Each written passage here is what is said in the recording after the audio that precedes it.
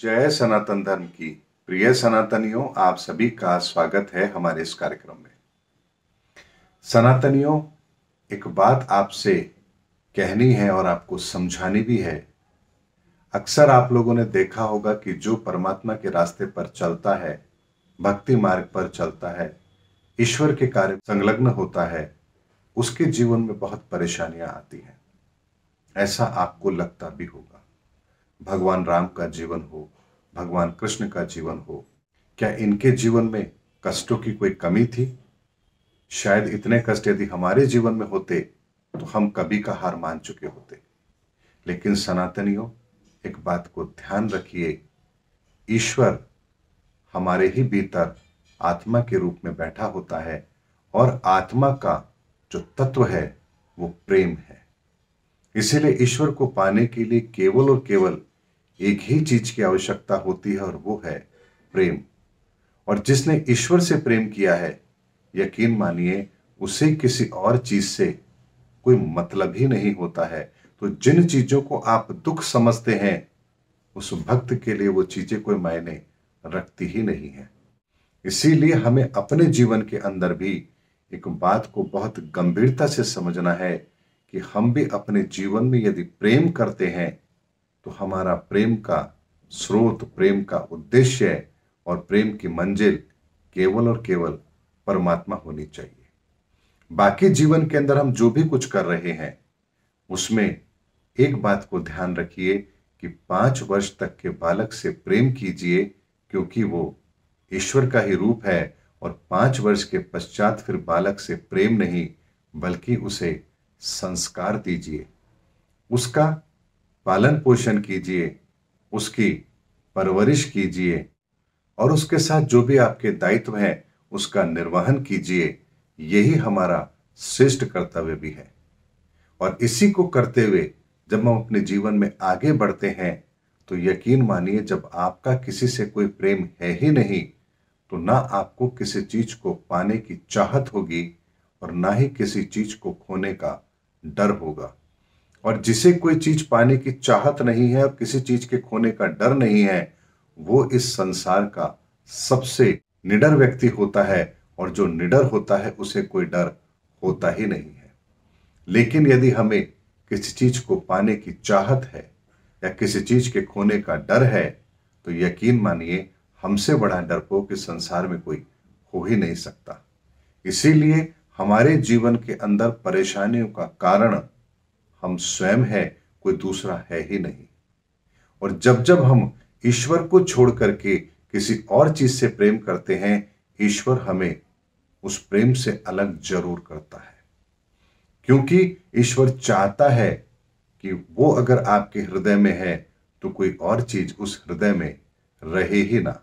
लेकिन हम करते ये हैं कि हम अपने ही हृदय से उस ईश्वर को निकाल करके और किसी को अपने हृदय में स्थान देने लगते हैं। और यहीं से कहा जाता है कि हमारी आत्मा मरना शुरू होती है। और जिस वक्त हम ईश्वर को निकालकर बाकी चीजों को अपने जीवन में स्थान दे देते हैं, वहां कहा जाता है कि इसकी आत्मा मर चुकी है। क्योंकि ईश्वरीय तत्व अगर आत्मा से निकल गया तो फिर आत्मा के ऊपर काम, क्रोध, मोह, लोभ, अहंकार, ये जितने भी विकार हैं, इनकी परत चढ़ने लगती है।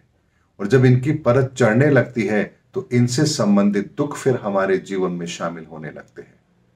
और इसी आत्मा के स्वरूप को जानने पहचानने के लिए ही हमें ज्योतिष की शरण में जाना पड़ता है, जहां हम ये पता लगा पाते हैं कि हमारे इन 5 तत्वों के अंदर और 7 ऊर्जाओं के अंदर कौन कौन सी चीज अपना बैलेंस खो चुकी है, कौन से रंगों को हम खराब कर चुके हैं, कौन से तत्व को हम विकृत कर चुके हैं, किस चीज के अंदर हम फंस करके अपनी किस ऊर्जा को नष्ट कर रहे हैं।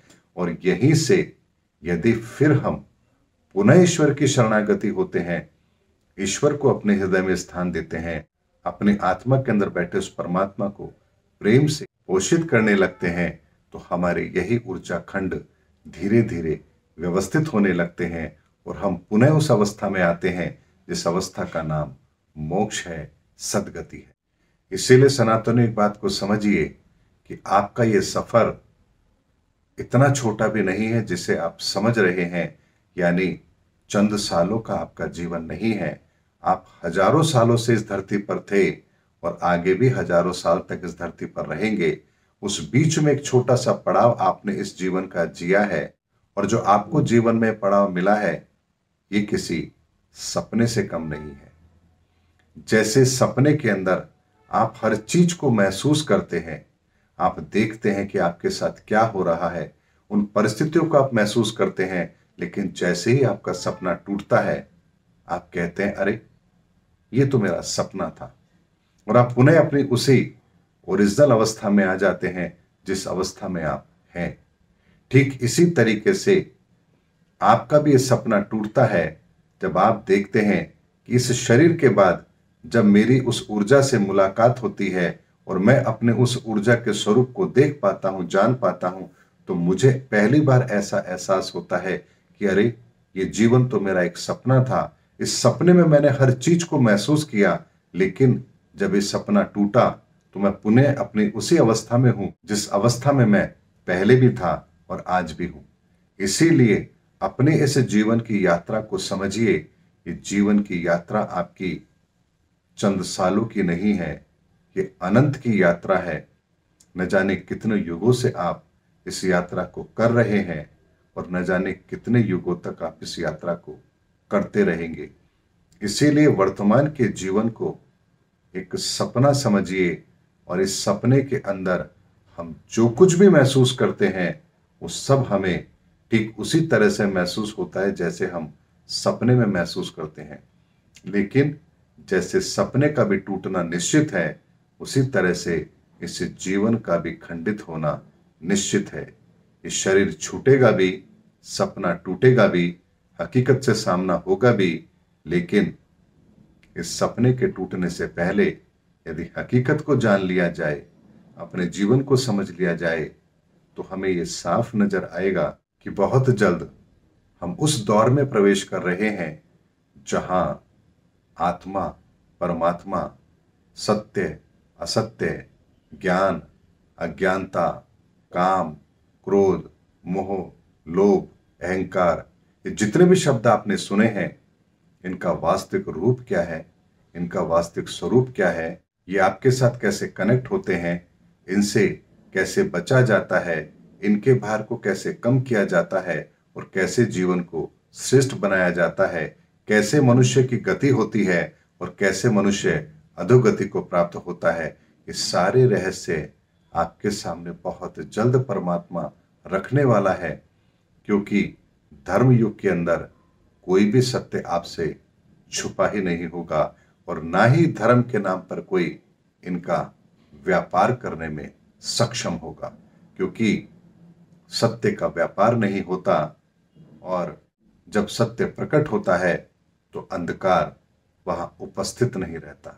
इसीलिए धर्म युग के अंदर इस सनातन सत्य की हर सच्चाई, इस प्रकृति का हर रहस्य, इस ब्रह्मांड का हर रहस्य हमारे सामने होगा। देखना यह है कौन इसे समझ पा रहा है और कौन अभी भी गहरी नींद में सोया है और सपने देख रहा है। उम्मीद करता हूं सनातनियों, मेरा वीडियो आपको ये बताने के लिए पर्याप्त है कि अब नींद से जागने का वक्त आ चुका है, और अब जो सोएगा वो खोएगा, जो जागेगा वो पाएगा। मिलेंगे अगले वीडियो के अंदर, तब तक के लिए जय हिंद, जय भारत, जय सनातन धर्म।